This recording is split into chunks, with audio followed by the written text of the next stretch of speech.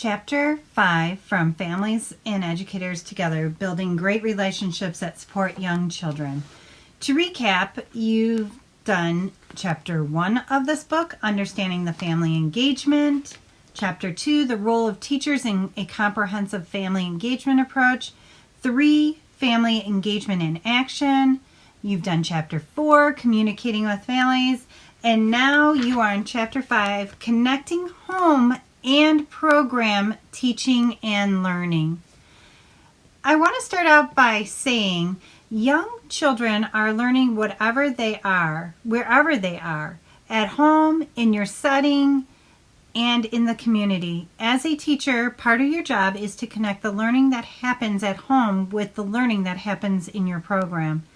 This will enhance and expand children's experiences and ensure each child's success now and in the future.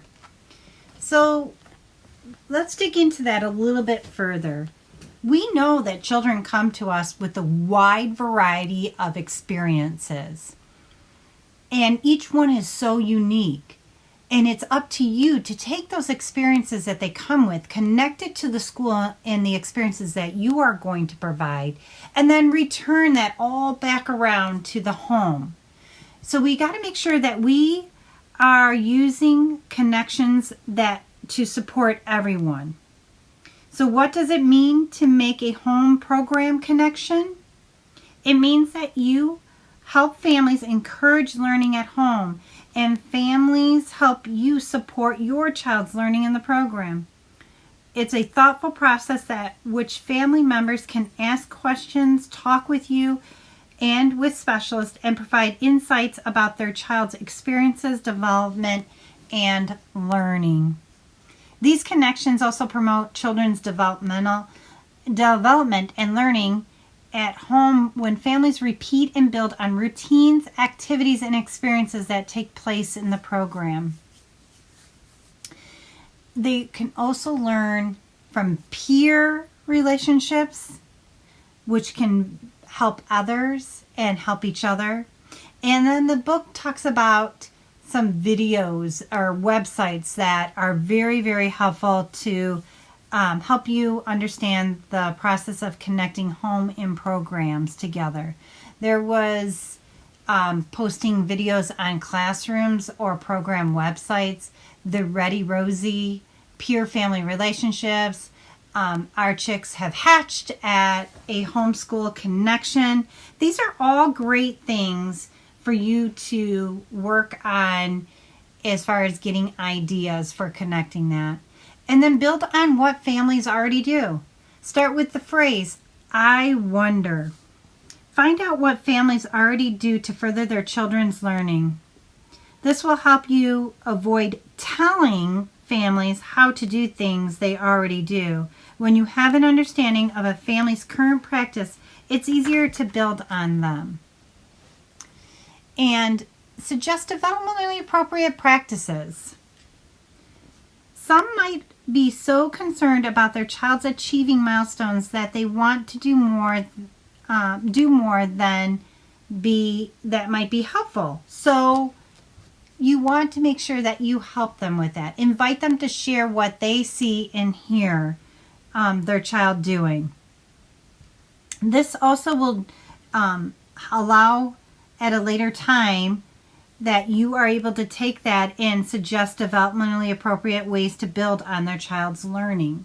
So by listening to them and understanding their concerns and things that they feel about their child and what their child is doing, you can then help them build on what they already want to do.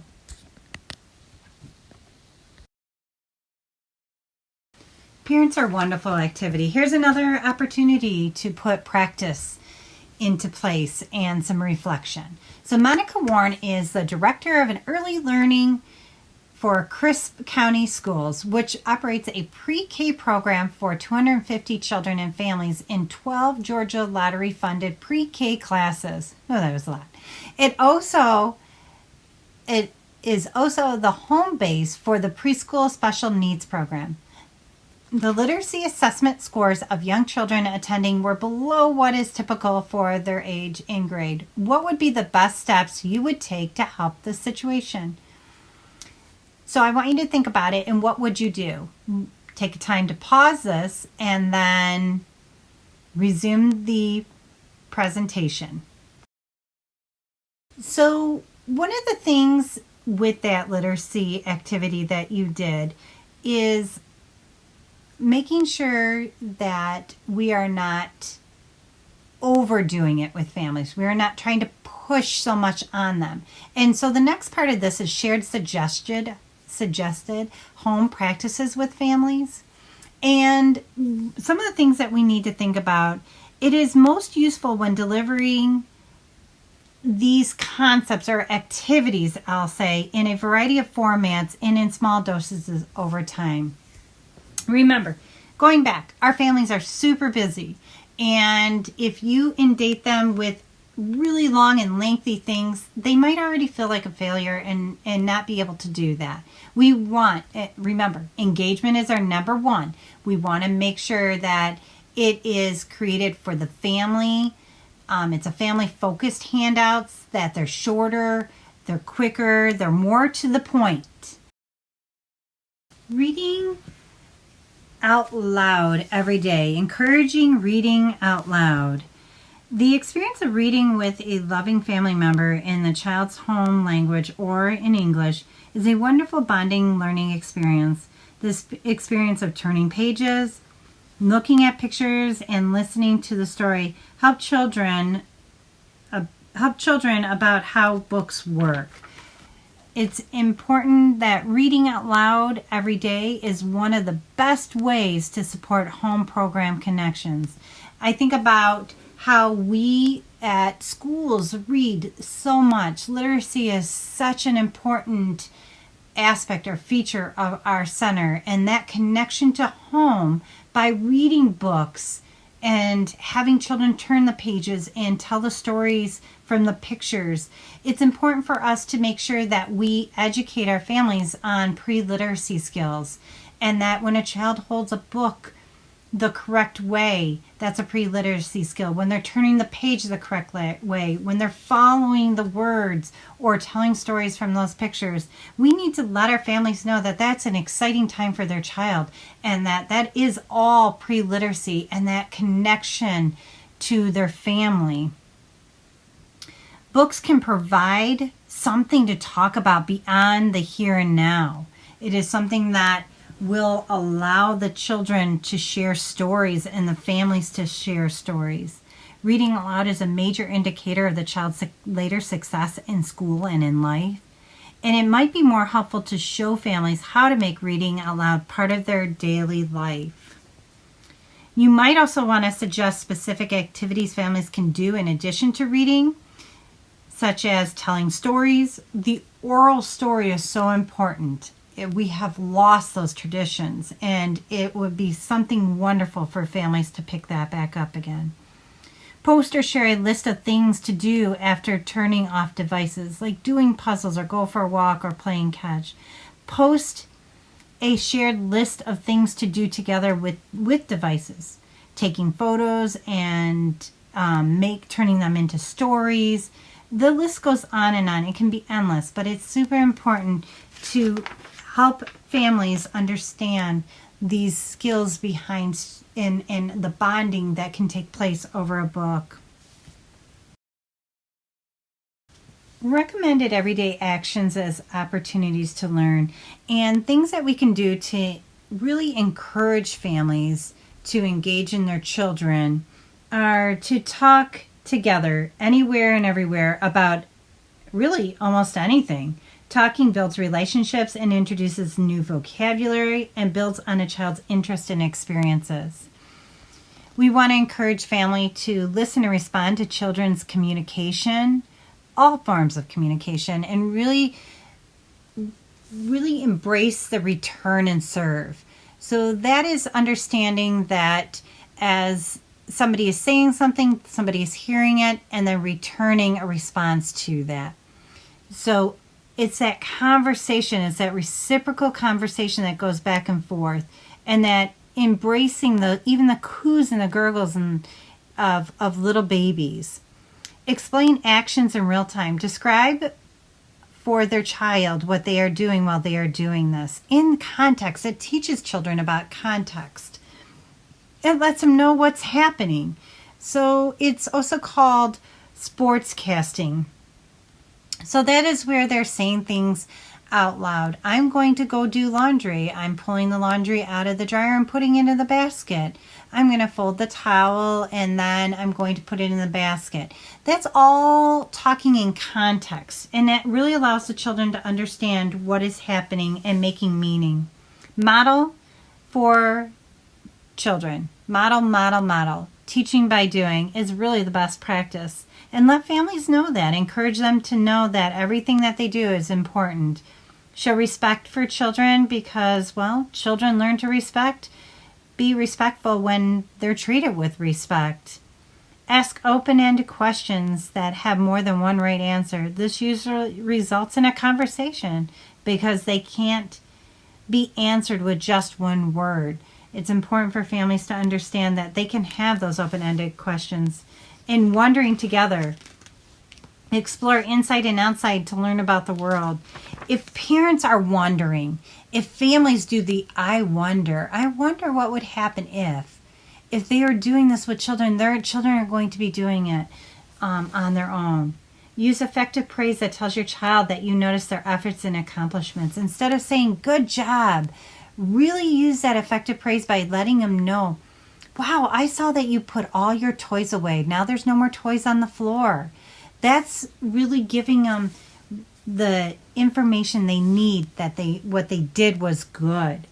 Teach a new skill by breaking it down into smaller steps. I think we can all use this, not only children, but all of us. Sometimes it's very difficult to learn a new task. And if we're breaking it down and encouraging families to break it down, we shouldn't have the assumption that children or families already know to do this. So we want to help them with it and make it apparent that if you break things into small steps, children are able to accomplish it. Which leads to my other one, working as a team to accomplish a task. And really getting the children involved in learning takes place when adults and children work together. Offer a few simple choices. Life is filled with opportunities to make choices. Children can practice when offered a few simple choices. If they're making dinner, would you like peas or carrots? That's a simple choice. And then reminding parents, families, step out of the action to observe. Really take in and embrace what their children are able to do. Provide activities families can do at home with their children.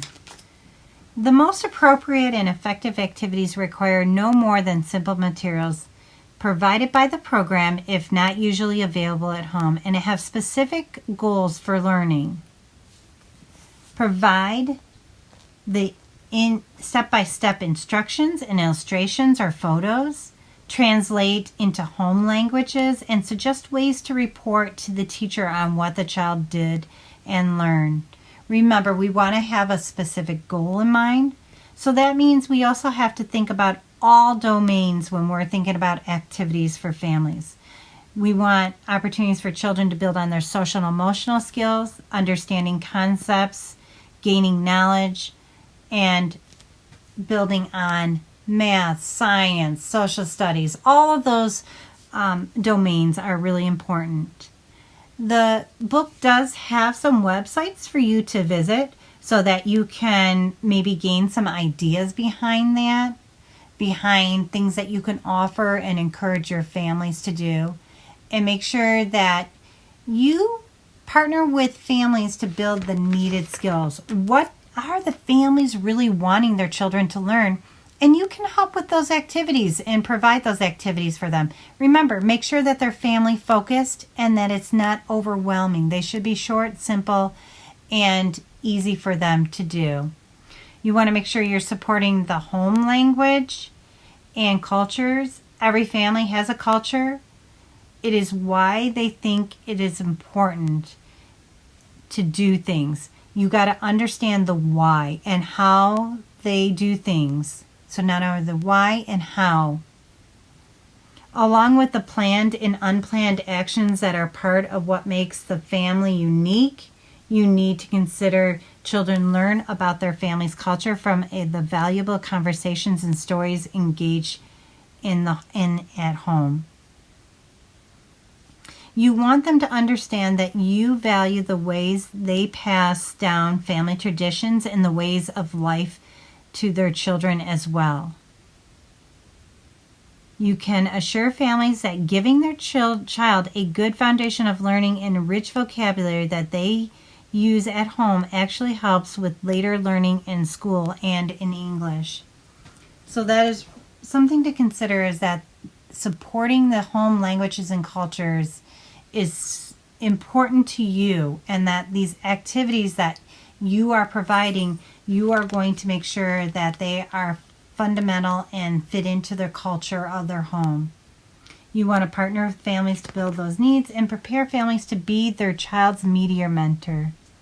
You might also mention research showing that when adults use devices, it may reduce the time available for valuable interaction they could be having with their children. So again, the book does offer some websites that are helpful in that. Now it's time for you to reflect on your practices. Imagine you are meeting a family for the first time. What do you want to learn about them? What do you want them to learn about you? How will you communicate that working together as a team is best for their child? I want to think about your current practices and your future practice as an educator. How will you grow in this domain, in this area of communication? What does it say to them about what you're willing to share? And what does it say to you about what they are wanting to learn?